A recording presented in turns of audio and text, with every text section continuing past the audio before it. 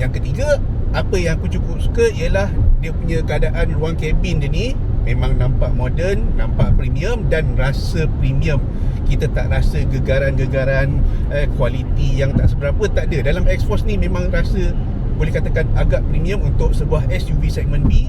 Dan sekarang ni kita memandu pada kelajuan 110 km per jam. Kita boleh rasakan bunyi angin tu kurang masuk ke dalam ruang kabin, which is saya suka sebab dia tak mengganggu kita nak berborak dengan orang sebelah. Orang sebelah nak tidur pun tak ada masalah. Yang seterusnya, apa pula kaitan Mitsubishi Xforce dengan Mitsubishi Lancer Evolution? Sebab kalau ikutkan, dua model tu memang langit dan bumi.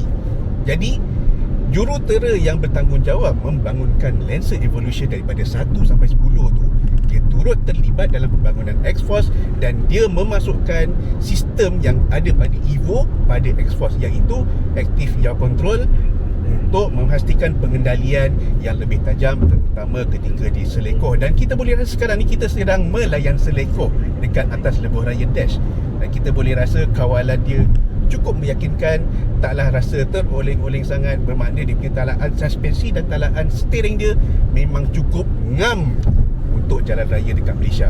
Korang tengok ni. Ya.